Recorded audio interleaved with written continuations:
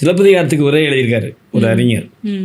அவர் எண்ணம் தேற்றம் மனதில், உடம்பில், உடம்பின் தேற்றம் மனதில், மனதின் தேற்றம் முகத்தில், முகத்தில் தேற்றம் கண்ணில், கண்ணின் தேற்றம் கண்ணின் கடையகத்துன்னு ஒரு ரூல்ஸ் இருக்கு.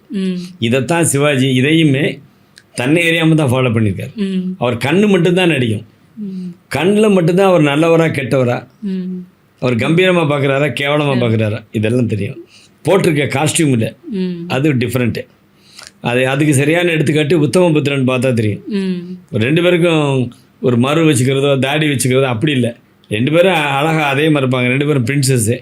ஆனால் ஒருத்தர் மட்டும் குரூரமாக பார்ப்பார். அதுதான் சிவாஜி கணேசனுடைய திறமை. இதெல்லாம் காமிச்சிருக்கேன். ரெண்டாவது, ஒரு நடிகருக்கு இமேஜினேஷன் ரொம்ப ஜாஸ்தியாக இருக்கணும்.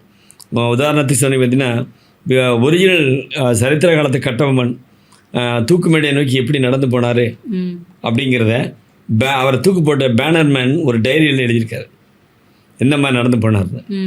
சிவாஜி கணேசன் அவர் நடிக்கிற படத்தில் அவர் நடந்து போகிறத பார்த்தீங்கன்னா அந்த டைரியை கம்பேர் பண்ணிங்கன்னா சிமிலராக இருக்கும்.